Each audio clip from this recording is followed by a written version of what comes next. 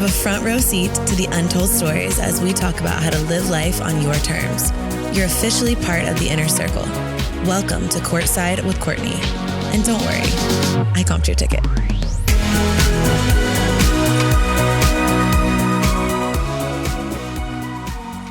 Welcome back to another episode of Courtside with Courtney. We have one of my best friends, you guys, Allie. Hi, guys. Part 2 of feminine energy. This episode was so good last time. I feel like a lot of really good takeaways for almost like how to slide into someone's DMs. If you guys missed it, we can link it below. But all the things of like the very early beginning stages, how to be feminine, how to attract the right person, do you go up to them? Do they come up to you? All that like really early stuff. Now I kind of want to dig into part 2 of how to get what you want with feminine energy, which is like you're in it. Now you're in the relationship. You have the man. Now what? Or the woman, whoever you want. Right. And yeah, I think that I also really want to talk about everyone has both feminine and masculine energies. Yes. And I think that it's important to note that, like, we're not saying be the most girly person in the world, but really tap into what is natural for you and what your partner reacts well to. Yes. You know, and it's really about knowing your partner, and your partner wants to make you happy. And there are ways to kind of point them in a direction of what's going to make you happy without like coming down on them when they're doing things that aren't making you happy. Or like going into your masculine. And it's so true that everyone has that masculine and feminine. For me, it's like I have to be conscious to flip back into my feminine in a relationship because I have to be more masculine with work. Because I'm always handling shit and getting stuff done. And I'm also a generator. So I'm always like doing things and making things happen. I'm the same manifesting way. Things, dreaming it up, like all this, and then like executing it. And so then sometimes I think it's almost this like switch that you need to flip of like, okay, I can sit back. Now, let me also say and caveat that with like this does require you to have a partner that can lead and will step into that. There is a whole conversation that I want to get into in this episode as well of like, let them disappoint you. If they're not going to step up, they're not going to step up. That's also okay because ultimately that's not your person. But I do think in order for someone that like does spend some of that energetic time in their work or other parts of their life, like a little bit more in their masculine energy, it takes conscious effort to like flip that switch of like, okay, now I'm going to lean into my feminine because it feels so good when you do it. Like it really is you good. Want it. Exactly. You crave that. Like I want that. But for me, it's always required trusting someone enough to know like they're leading someplace. And good. it's challenging at the beginning to trust that person's going to. But like you said, it's a way for you to find out very early on if that person's going to be the right person for you. Totally. And it may be that you're the more masculine person in the relationship. And it's that's all about okay what you too. want. Like it's all about your own personal preferences. Like for me, I don't want to be the masculine role in the relationship. I want to be feminine, even though that takes a conscious effort because I do that in other areas of my life. I want to be the feminine. So for me, that requires somebody that wants to be the masculine role. And this doesn't mean like traditional. Y'all know I'm not traditional when it comes to like both people should cook and clean and all that. I'm not talking about like being barefoot in the kitchen, but I'm talking about the energy. And like letting, like them leading and them sort of like coming to you and you being the feminine. Them courting you. Totally. And I think that in a lot of ways, our society has kind of gotten to a point that men are not taught to court in the way that historically, like we look at or we see in the movies and we see in TV. Totally. And I feel like if that's what you want, sometimes you have to point the person that you're with in the right direction to have them step up in the way that you want them to. Totally. And it's not like a one strike you're out situation if it's someone that you have a good track record with that you want to be with. But there is definitely a point where it's like they're either going to step up or they're not. And if they can't show up in the way that you want them to, like obviously then they're out. But I think in the beginning it is like a dance and a guidance kind of to get to that point. And then hypothetically, like hopefully they step up. It's scary even when you're 4 years into the relationship sometimes, especially when you're about to get engaged and you're trying to guide them in the right direction and you totally just don't know if it's going to going to go the way you want it to. That reel was so funny the other day that we were playing from TikTok when it was like, when your fiance shows up at the engagement party, like right when you...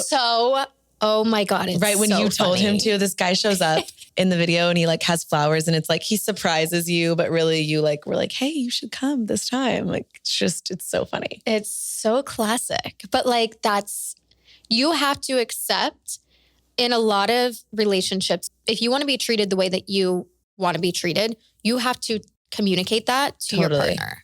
And there's a way to do that communication or have that communication that's respectful, kind, and warm so that your partner is receptive to that and is able to give you what you need.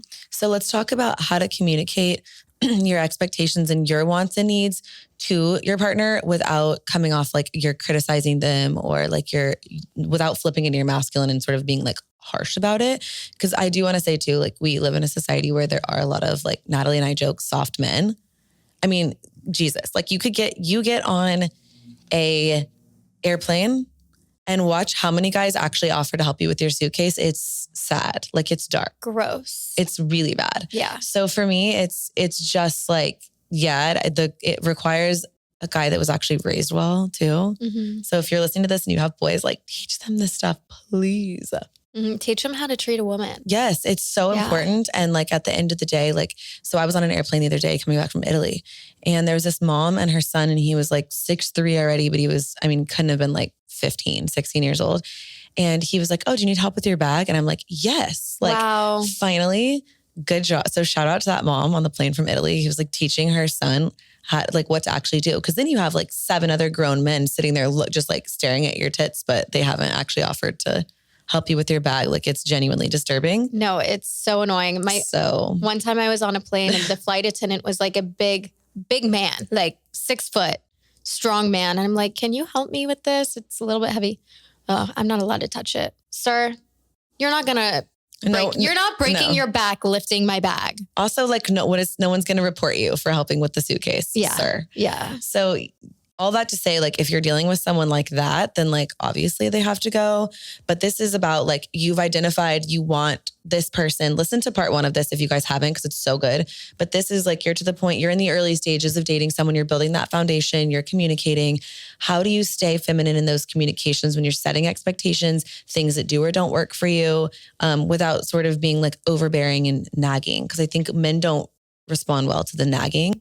Yeah, I can't say that I do it right every time. But the times that I think that I do it the best are the times where I really think about it before I communicate it. A lot of times I'll journal about it because I want to go into it in a way that, like I said, is kind and warm, but also direct and to the point. Mm-hmm. And I'm not getting flustered because I think that also a part of feminine energy is you're so emotional and like that can sometimes, although you want to show your emotion, sometimes if you're too emotional when you're trying to communicate something, it can take away from your point. Totally. So someone can't receive your point. It's like just the same way when if someone gets like way too mad and angry, the point goes over your head because you're like, well, I'm not listening. You're just yelling. Exactly. So I try to go into it as calm as possible and already like fully thought through what I want to communicate to my fiance. And I think that it's going in with understanding.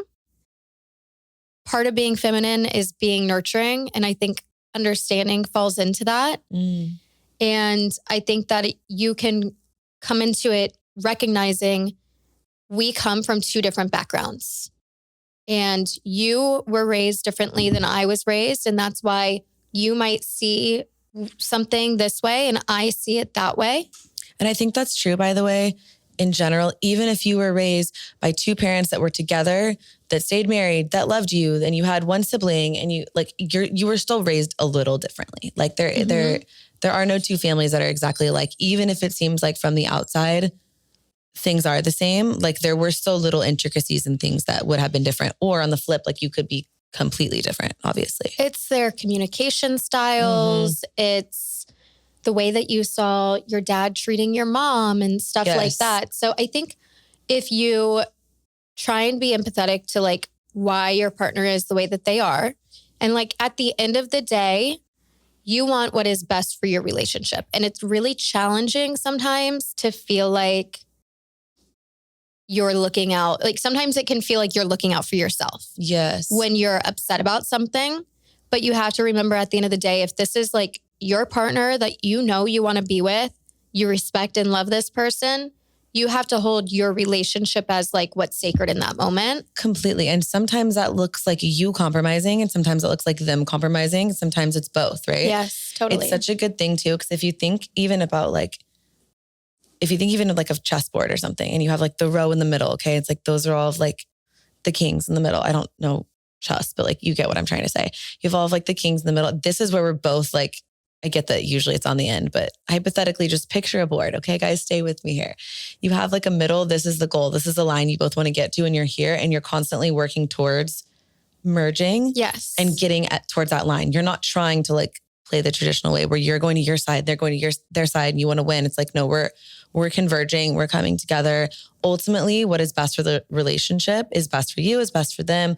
So having that, I think also allows you to have a team mindset and perspective the whole time instead of just like, yeah, I have to look out for numero uno. Yeah, I think exactly what you said when you said, if you're trying to win, then you're going into it with the wrong mindset. Ultimately losing. You're losing because if the goal, if this is the person that treats you right, that you love, and you guys are just going through a hard moment because all relationships do, you should be fighting for the relationship.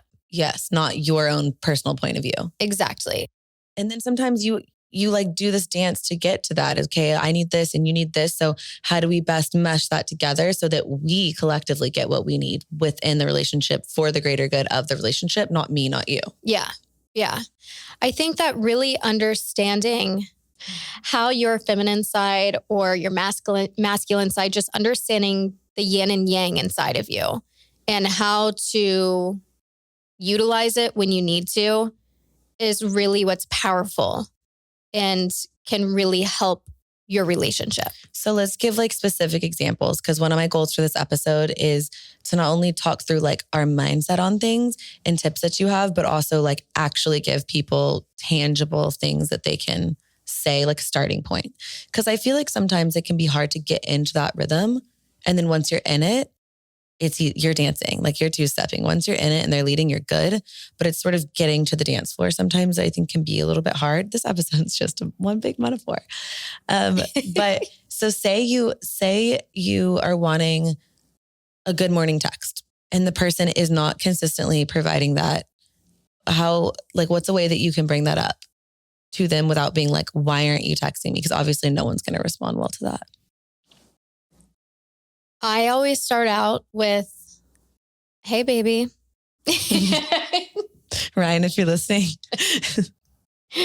I think that just, or whatever you call them, just starts it out in a way that's not coming from a place of, like, that's coming from a place of love. Yes. So endearing and warm. Mm-hmm. Hey, baby, I really love it when you text me in the mornings and you haven't been doing that lately. And I feel like it's affecting the way that we communicate through the rest of the day. Love that. Or like your mindset or whatever throughout the day. I love that. I'm trying to think of other examples of things that you might want, like someone early on. Okay, early on. Yeah. And then I think we'll progress throughout the relationship. What about when you need to approach the topic of like moving in or those things like later down the road? But like in the beginning, when you're pouring the foundation still, you're officially like, this is your boyfriend, your girlfriend, whatever, you're in it, but you're still creating those. I mean, even like, I think at the beginning of our relationship, if I wanted flowers, I would just send him like a TikTok or a reel of like a guy who's fucking killing it and getting his woman flowers. Yeah. You know, sometimes you just need to remind them that this is something that they can do because maybe they didn't see it when they were growing up.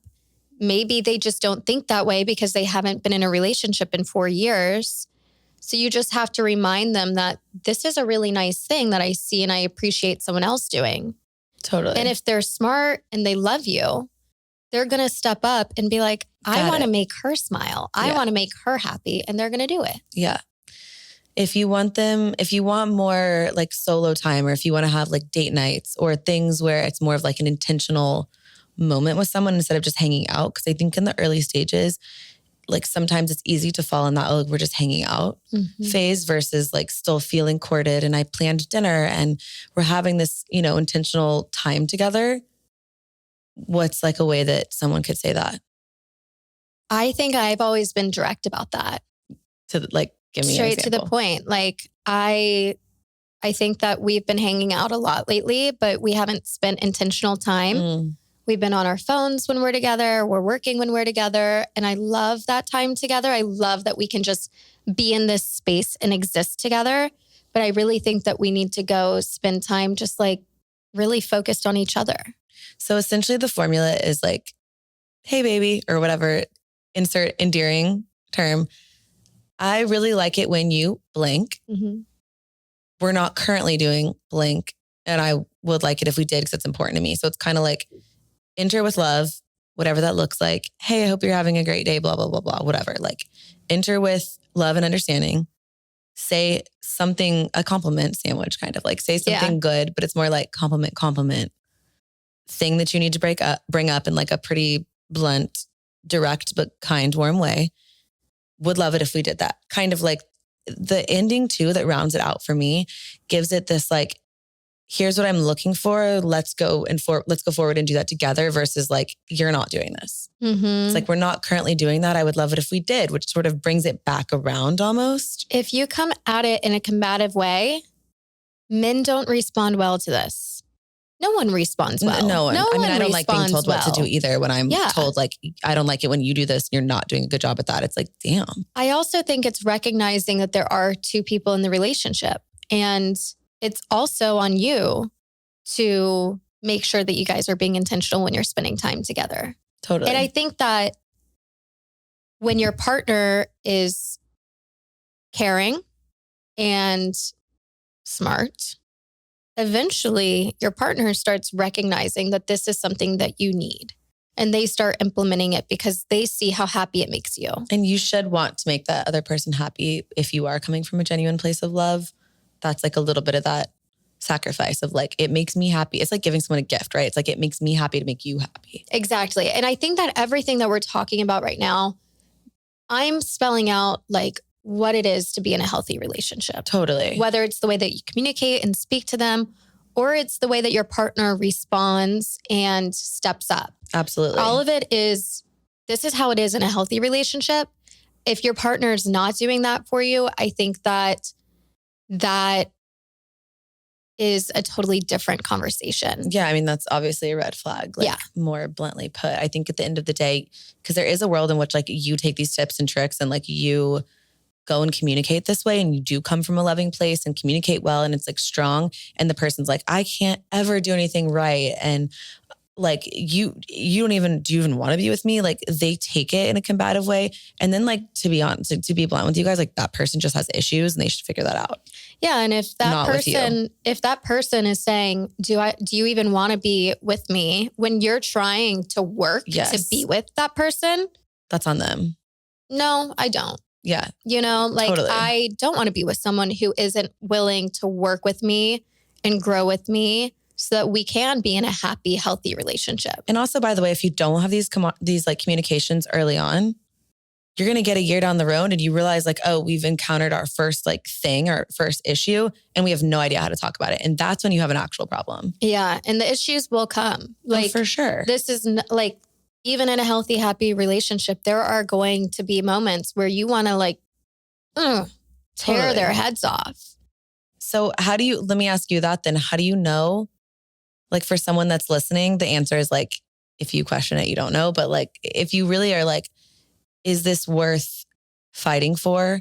Would you say that it's just the sheer question of like, if I don't know if this person is worth it, then they're not? Or would you say that like there were things that you recognized in Ryan early on that you realized like this is someone worth having these communications with and worth going through the ebb and flows of life with?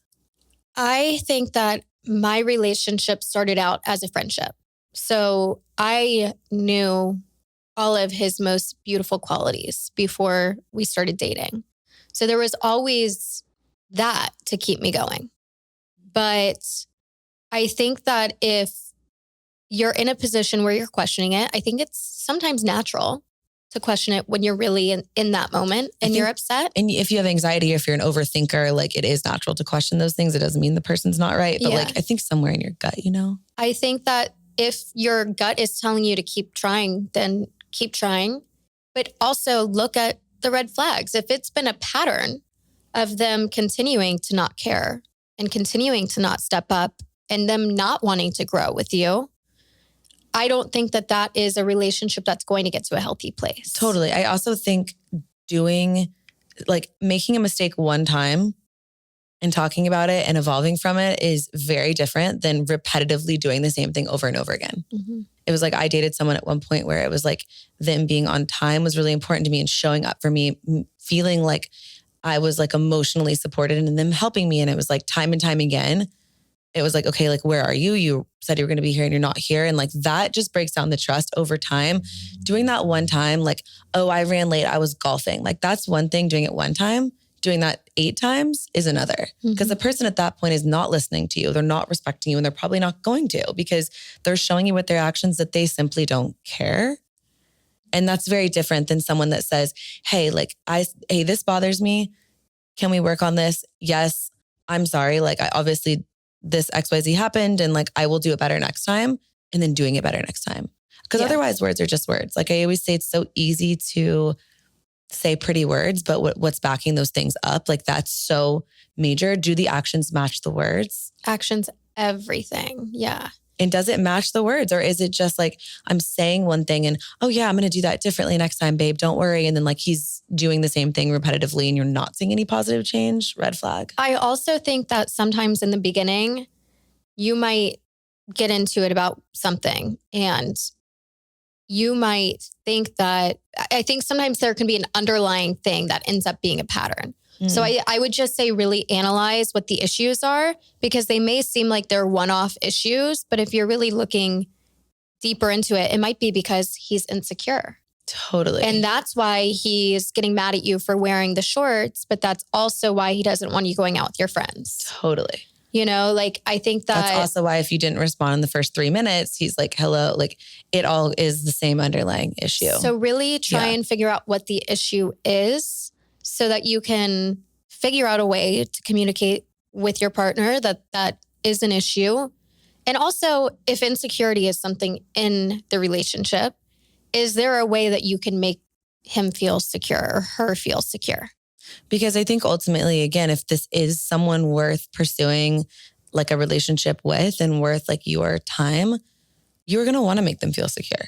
Because everybody has those moments, right? Where they need like a little hyping up. That also could mean like they need to go and work on some things. I would say another example of this though could be if you're constantly frustrated, he's always like following new girls on Instagram, liking their photos. And then you're feeling like, oh, I don't really want him to go out or like spend time with his friends or like go have beers on the golf course. It's like, because what are you now underlying in you? Is it that you don't trust him? Mm-hmm. Because is it that is he shady? Do you feel like he's shady? Like what are all those underlying causes? Because those will sort of spread. Or is it past trauma? Totally. Coming back up. And if you can recognize within yourself that something that you have gone through in the past is affecting your current relationship, even communicate that with your partner. I'm feeling this way because of my last relationship. It's not because of you. But can you please give me a little bit of grace as I try and navigate this? Yeah. And can you give me a little bit of extra support or affirmation or just sort of like comfort in those moments? I think someone that really cares about you will step up a little bit, but you also have to be putting in the work. And can you please let me know when I am acting a certain way that's not healthy for you? Totally. How important do you think it is for a guy to like chase and pursue you in a relationship? So like you're together now. How important is it for that person to continue to pursue you and sort of like chase you a little bit throughout? I think it's everything. I think it goes both ways. I think that you should feel wanted by your partner every single day. Totally. And that chasing might look like, waking up, your partner leaves before you do for work, and you wake up and you have a text saying, I love you so fucking much. I'm the luckiest man in the world, Or it's the phone calls in the middle of the day, just for 5 minutes when they have the moment. Yeah. It doesn't need to be 2 hours. It doesn't need to be anything crazy. Or it's you picking up dinner for your partner. It looks a lot different in a relationship than it did at the beginning. But every day you should know that your partner is like over the moon to be with you. Totally. So what are some tangible things that you feel like women can do in relationships to sort of allow the man this space to continue to like pursue and chase a little bit? Because it's part of that's just like the biology, honestly. Mm-hmm. So how can people sort of how can you show up in a mutual way where you also make them feel really special and loved? And like you're there for them too, but allow them to sort of like come to you and keep that masculine and feminine energy dynamic. I think one is allowing space and allowing your partner to live the life that they're living and let them miss you. And I'm trying to think about different things that Ryan and I have gone through that I could relate back to this. But I think really just trusting your partner and letting them live their life. If you let them go out and live their life, they're on a golf day with their friends. They're going to call you at the end of the day. Yeah. If they go out with their boys one night, if you're with the right person, they're going to be thinking about you the whole time. Totally. They're going to give you calls. They're going to FaceTime you at the end of the day.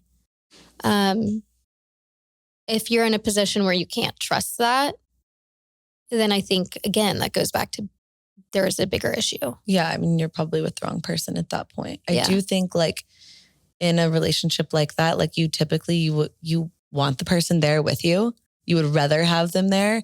But I feel like if they can't be there, or if you're just having a girls' night or a guys' night or whatever, they should be thinking about you and calling you at the end of the night or texting you, like letting you know that they're thinking about you, et cetera. If they go like the whole night and they don't ever say anything and maybe they just don't miss you, then obviously, that's like a bigger issue. Yeah. And I think that sometimes it might be they're not thinking about it. So again, that's when you step in and you communicate with them that that's something that you need. But then if they're not doing it, you're not being chased in the way you deserve to be. Totally. I think at the end of the day, like for me, if I'm dating someone and like I'm out and about and my boyfriend's not there, like I'm seeing all these other people, for me, I'm going to be like wishing he's there. Yeah. Especially like once you've had a drink or two, like of course you want that person around. And if you don't, if you're like a little too amused with other things, then again, probably a red flag. Mm-hmm.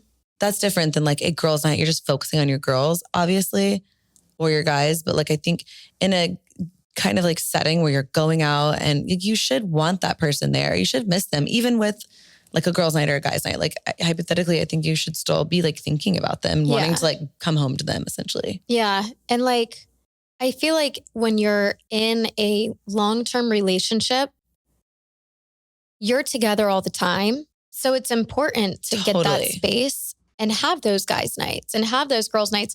But if it's the right person, they're gonna wish that you were there, even though they're with you 24/7. So how does that change, would you say, in a long distance relationship? Because I feel like that's different than when you do have those weekends together. You kind of want to be immersed in your time together because you do spend all that natural time apart too. I think it really depends on who you are within the relationship of the long distance. So for me, every time Ryan and I have been in a long distance relationship, I've been sitting at my parents' in Stafford, Virginia, middle of nowhere, have nothing going on. And he's here in Austin, Texas, where he has all of his friends and he has plans and he has a lot going on. And it's hard when you're that person.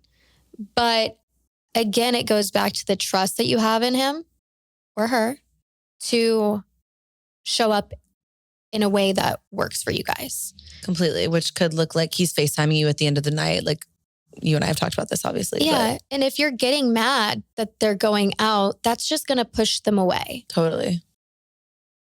If you obviously hear that they're doing something shady, different story. But like, if you're with the right person, they'll call you at the end of the night. They'll text you when they're out. I think though, for me too, it's like, if you hear that they're doing something shady, like break up with them. Like obviously that's the point totally. Where it's like, okay, then they're out. Done. Like that's not like someone worth like having that communication with even. It's just sort of like, this is not the energy that I want, because I would never even date someone at this point in my life. Like obviously I have in the past, but like I would never date someone at this point in my life that I didn't trust. Yeah.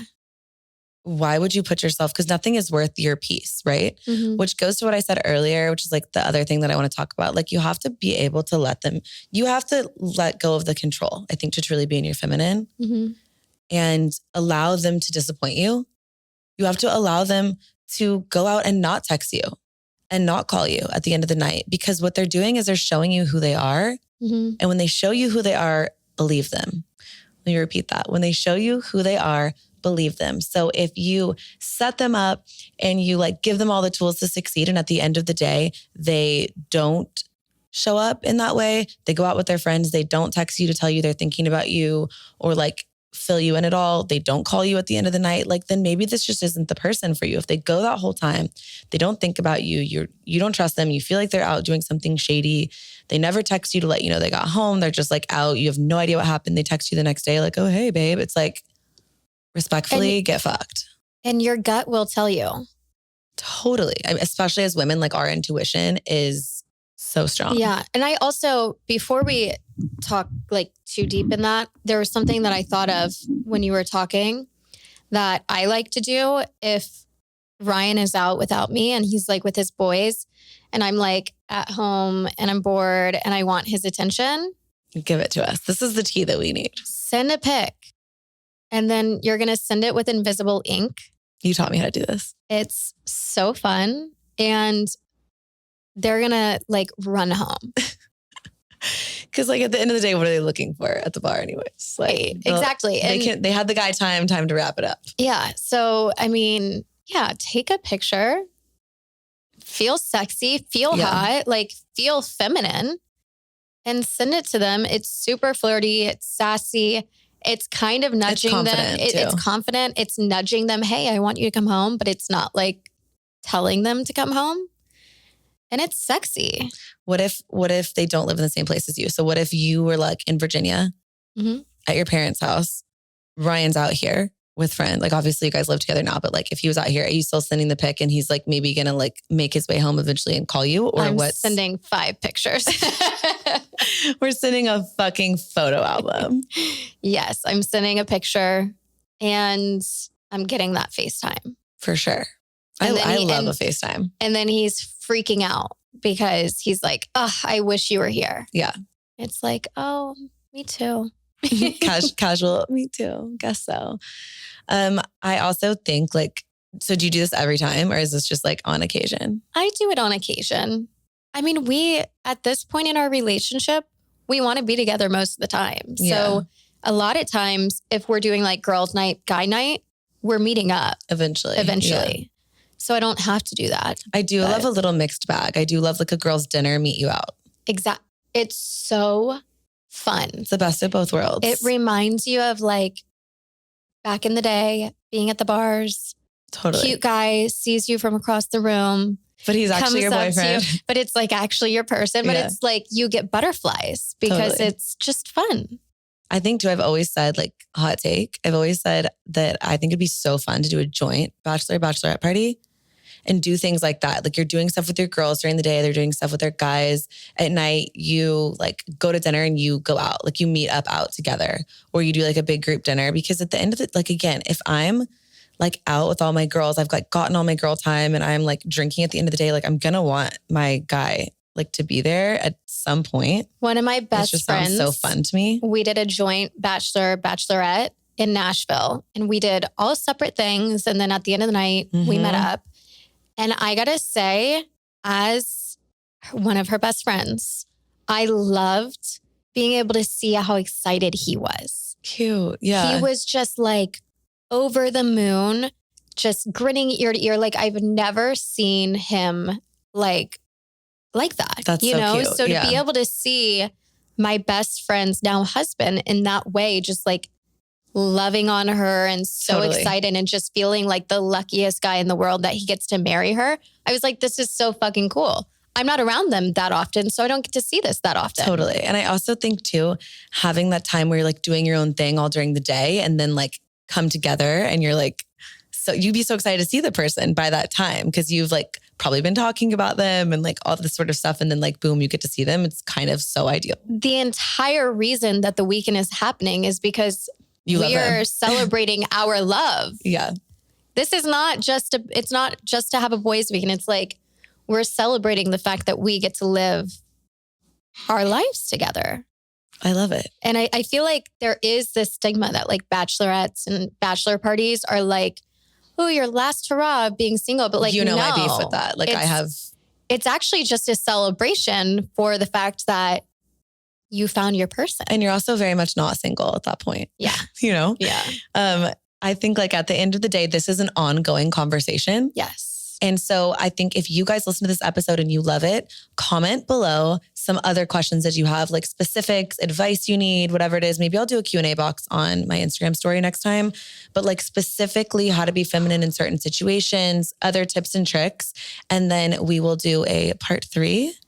And also maybe we get Ryan in here to speak about speak from a male's perspective. It's going to be so good. And I love having this conversation and we have it all the time. So I love being able to talk about it and hopefully help other people. We will have a part 3 of this. Ryan, we're coming from you, coming for you. And look at Allie's new necklace. Isn't it so good? My new last name. McGarvey. So shout out Ryan. Our group text is like popping off. So I keep looking at my phone, me, you, and Ryan in our group chat. So don't forget to leave your questions about feminine energy and the way to like have a really healthy, happy relationship in the comments below. Maybe he can give us like some wedding updates from his POV too. That'd be fun. He's going to be like, I can't do anything. He's just showing up. He just has to show up and look good. Yeah. And we'll see you guys in our next episode. Bye. Bye.